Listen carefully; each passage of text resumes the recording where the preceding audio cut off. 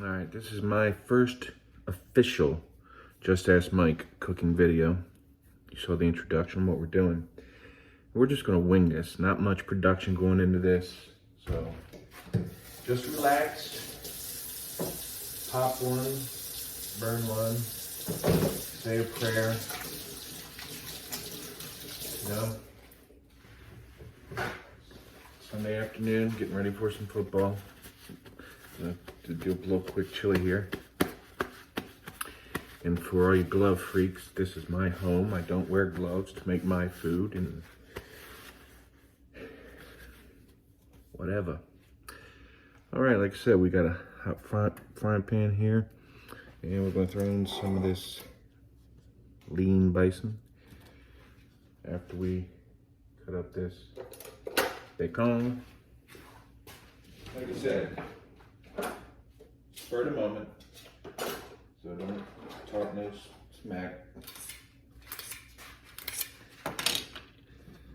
So I've been cooking chili for a while, and over a lifetime of cooking chili, you encounter different types, some that you like, some that you don't like. And typical, you know, what your mom makes at home is typically what you get used to and the way she does things.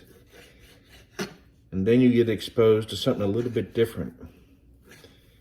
And I remember that time I was exposed to something a little bit different.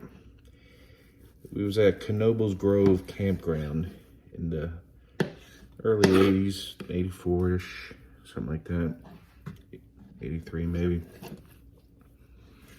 And this biker dude made this big ass bowl of chili.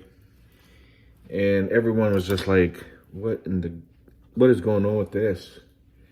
And the secret ingredient, was like green pepper and brown sugar. So those are two ingredients that I had never had in chili before. I kind of started incorporating into chili once in a while. Now with this Sofrito right here, which my wife is Hispanic, born in New York, what they call a Boricua, Puerto Rican, born here in America, worked since she was 17 until she couldn't no longer. And this is something they make that they put in their beans and stuff like that. But I like it in everything. I put in scrambled eggs and the smell. Amazing. Oh my god. Yeah, you want to eat it right out of the jar. I have no idea what's going on here because I can't see it. Like I said, first video, you can see my whatever.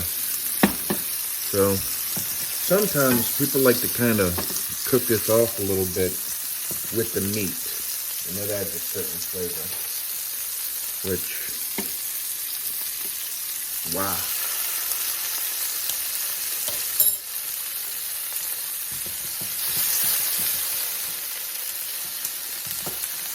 Now, I'm not going to do this.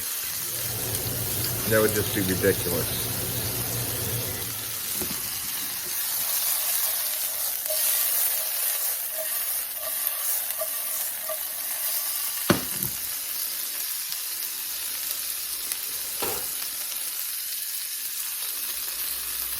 I'm trying to get the neighbors running over here, getting all jealous anyway. I'm trying this bacon off a little. Once we get that, throw in the bison.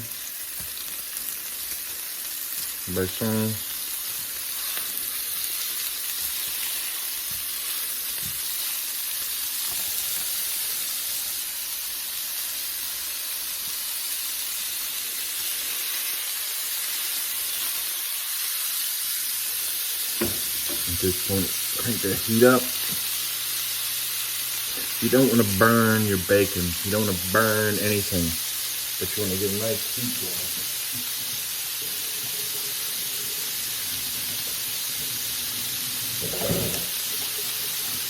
So at this point, we got the bacon in there first, with a little bit of sofrito. Now we added the bison.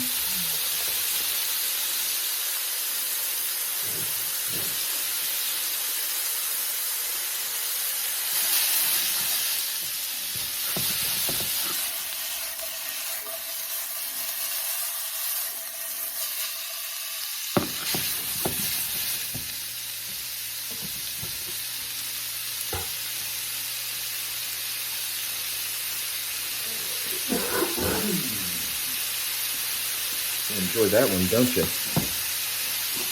Okay, get this heat going here. We'll throw in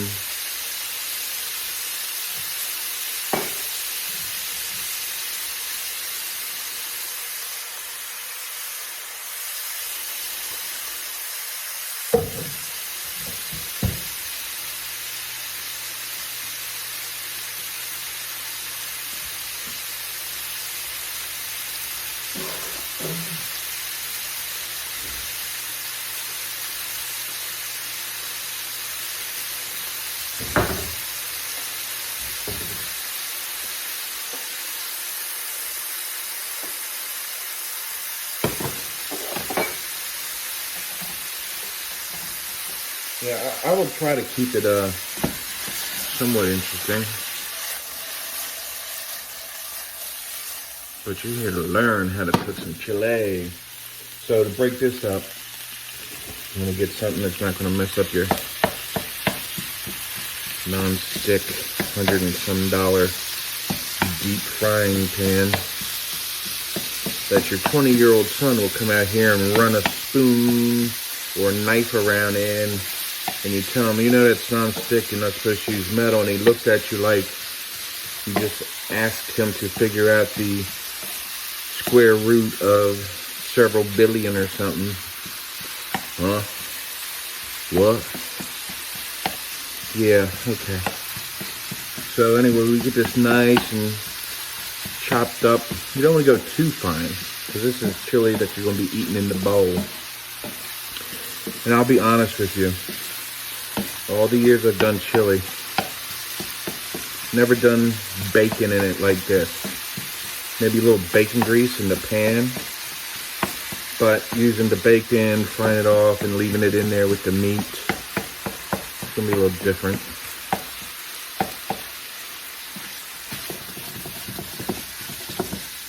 So let that brown up a little more. There you go. Enjoy that. Over here, we're gonna get some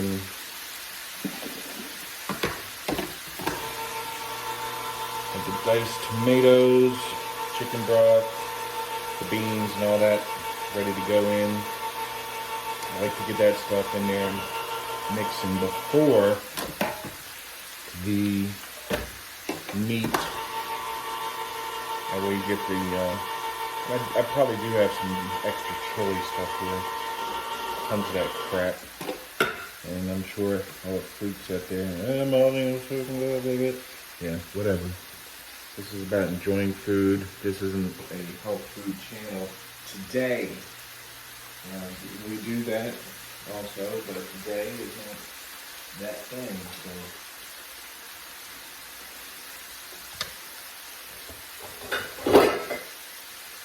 So. Now, if you want to keep it simple, it's best just to go by the directions, you know? That's how I started. You follow the directions, and you kind of shift it around and do your own thing from there. And that's what I think most normal people do around the world when it comes to chili, if I'm not mistaken. So to this, you know, you want to flavor your meat up too. The last thing you want is to have chili with bland, flavorless meat. And you might say, damn, I do put a lot of seasoning. Just a little bit of salt. Seasoning is different than salt. And, you know, yeah, what we're going to roll with in some of this meat. Here's the secret.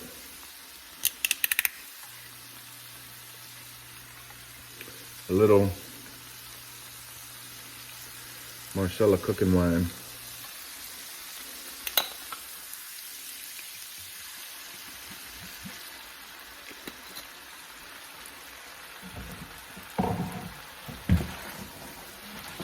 Mmm.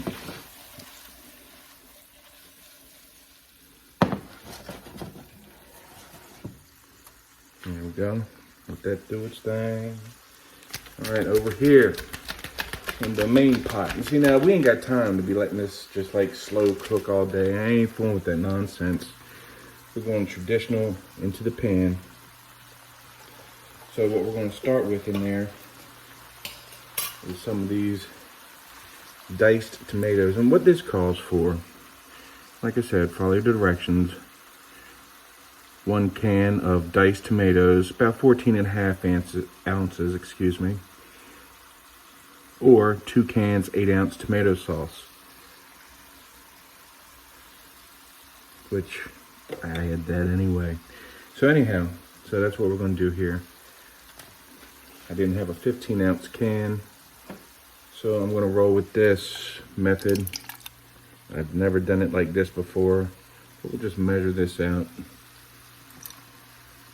And if it seems like it's not that much extra, we'll just throw the whole thing in probably. But we'll see.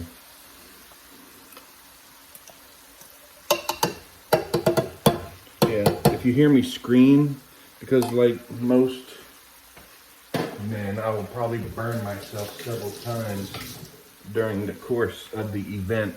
And I'll try to keep it at least PG. Okay, you got your diced tomatoes, got a thing of tomato sauce, and we throw in our mix, our chili mix. And you can do it any way you like, original, mild, hot. I always add my own hot anyway, so I just get the basics out of this. You know, and once again, we added some of this sofrito, which is green pepper, onion, garlic, ajíes, some parsley, and recao, all together, mixed. And tell you, the flavor in this, son, boom, next level. And what I usually do, we keep a little bit of this in the fridge. But if you don't use it right away, it'll start to go funky. So what I started doing years ago, and me and my wife been together for 22 years. I showed her how to put these things in ice cube trays and freeze them and vacuum seal them. And then you use them as you need them, and you can gift them around to people that don't know how to do this, which is pretty much most of her family. Our family. See what kind of flavor it's got in it. Oh, whoa. Man. There you go.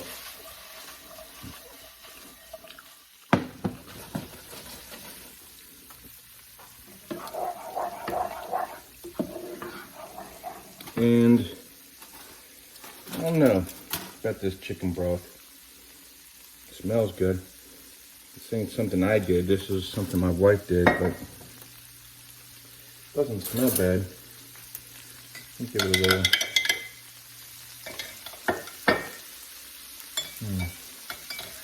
Go ahead and put a little. Boom. And that's probably nothing, but let me say, I'm not going to take my chances with this stuff. Put a little bit in there.